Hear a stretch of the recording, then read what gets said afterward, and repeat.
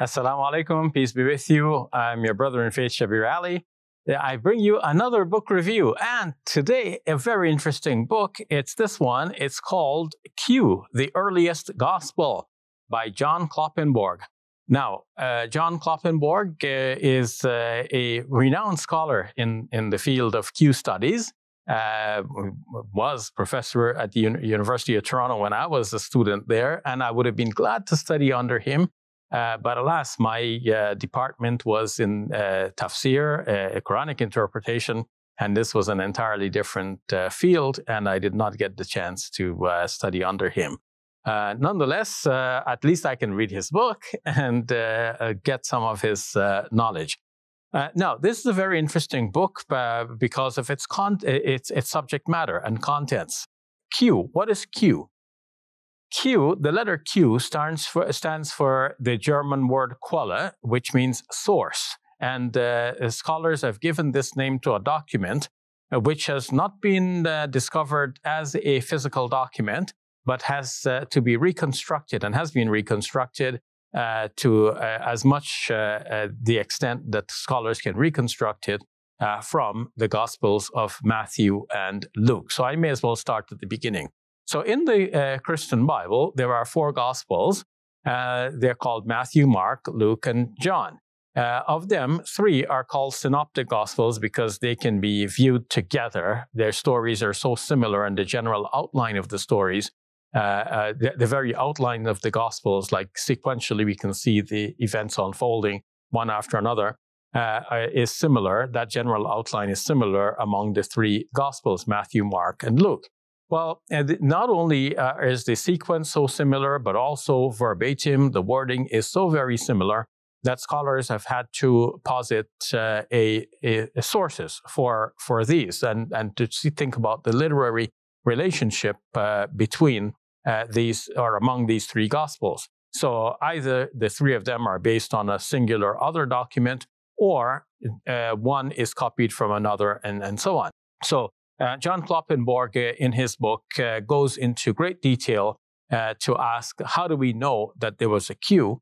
And his answer is that these 3 synoptic Gospels must have a literary relationship among them. And the best explanation for that literary relationship is that Matthew and Luke are using Mark as a source, but in addition to Mark's Gospel, they're also using another document which has been lost in terms of a physical document. But Matthew and Luke has derived sayings of Jesus mostly from that document. And because the name of the document is not known, the German scholars have given it the name Quelle, which means source. And for short, in English, we just simply refer to this as Q. Now, Dr. Kloppenborg points out that the term gospel can be applied to the gospel Q because it is a unified document with a particular orientation and set of beliefs.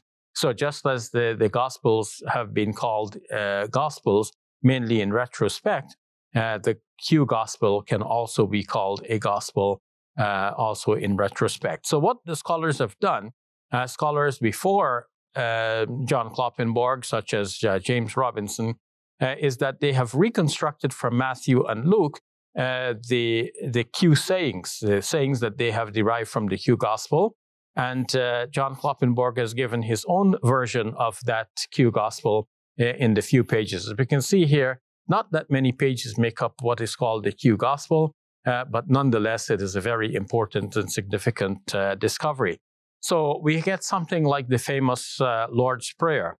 When I went to school, we recited a version of the Lord's Prayer that comes from Matthew's Gospel. But Luke's version has it, or at least the reconstructed Q version goes like this. When you pray, say, Father, may your name be kept holy, let your reign come. Give us our daily bread today, and cancel our debts for us, as we too have canceled for those in debt to us. And do not put us to the test. Now, the longer version, which is found in Matthew's Gospel and with an addition found in some later manuscripts, says, "Our Father who art in heaven, hallowed be thy name, thine kingdom come, thine will be done on earth as it is in heaven. Hallowed be, lead us not into temptation, but deliver us from evil. For thine is the power and the glory forever and ever. Amen." So we see a shorter version here, which is derived from a Q Gospel, right from the very inception. Instead of "Our Father," it just simply says "Father," and that's the version that is found in Luke's Gospel.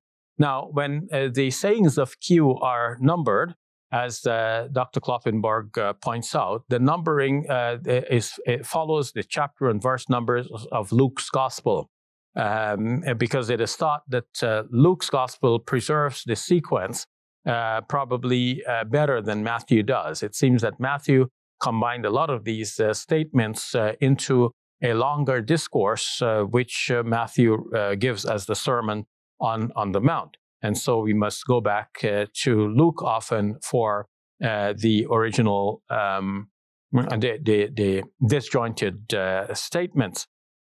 And we find in the Q sayings, one which many Muslims are fond of quoting. That's the one that is also found in Matthew's Gospel as part of the Sermon on the Mount, where Jesus, on whom be peace, says, "Do not try to correct your brother where you have faults yourself." So Q 6, 41 to 42, which means that's in the Gospel according to Luke by this very chapter and verse number. It says this: "And why do you see the speck in your brother's eye, but the beam in your own eye you overlook? How can you say to your brother, 'Let me throw out the speck from your eye,' and just look at the beam in your own eye? Hypocrite, first throw out from your own eye the beam, and then you will see clearly to throw out the speck in your brother's eye." So that's a very interesting statement, warning us against hypocrisy and encouraging us to see our own faults before we start trying to correct the faults of others.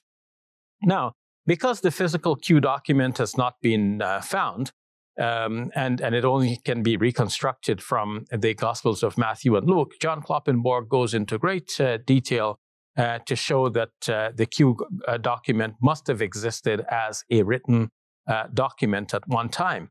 As part of his proof, he points out that John the Baptist has a long saying, which is found in both Matthew and Luke, and which obviously were derived from a common source, which the scholars identify here as Q. Now, in that long discourse, there's something like 28 words, and 27 of them are common between Matthew and Luke. The only difference is one word, kai, meaning "and," a very common Greek word, that it changes the emphasis only slightly and hardly alters the meaning. So to get all of those 27 other words exactly in the same sequence, the same words, that shows that the two documents, Matthew and Luke, were copied from a common source, and in this case, Q. And now, can we be sure that we have the entire Q? Well, no, because we only have what Matthew and Luke have copied from their source. However, Matthew and Luke, as we can see from the treatment of Mark, have either Matthew or Luke has copied Mark mostly. Only a little bit of Mark is not found either in Matthew or Luke. And so by looking at Matthew or Luke, we can have great confidence that we have the most of Q, either in Luke or in Matthew, and often in both. Since we can see a unified theology coming out of that, the reconstruction, we have a good sense of what was Q before the Gospels that we now have. And so Q, the document Q, was written sometime in the 50s. This was about 20 years after Jesus, on whom be peace, whereas our present Gospels were written in the 70s and later. So we have, from 20 years before the present Gospels at least, a document which is now known and which represents an earlier Christian view than the view that is represented in the present Gospel. So for this, for historians, this is a gem. It is a necessary tool to reconstruct the historical origins of Christianity. Muslims will find this very interesting, especially because for Muslims, to think about the gospel of Jesus, we think of the sayings of Jesus as being his gospel, as opposed to, let's say, descriptions about his life and his travels. So the fact that Q is a collection of sayings of Jesus, that should be very interesting for Muslims. The fact that this is reconstructing some of the earliest views about Jesus, that too for Muslims should be very interesting. I myself have found this very empowering, and this book has changed my life.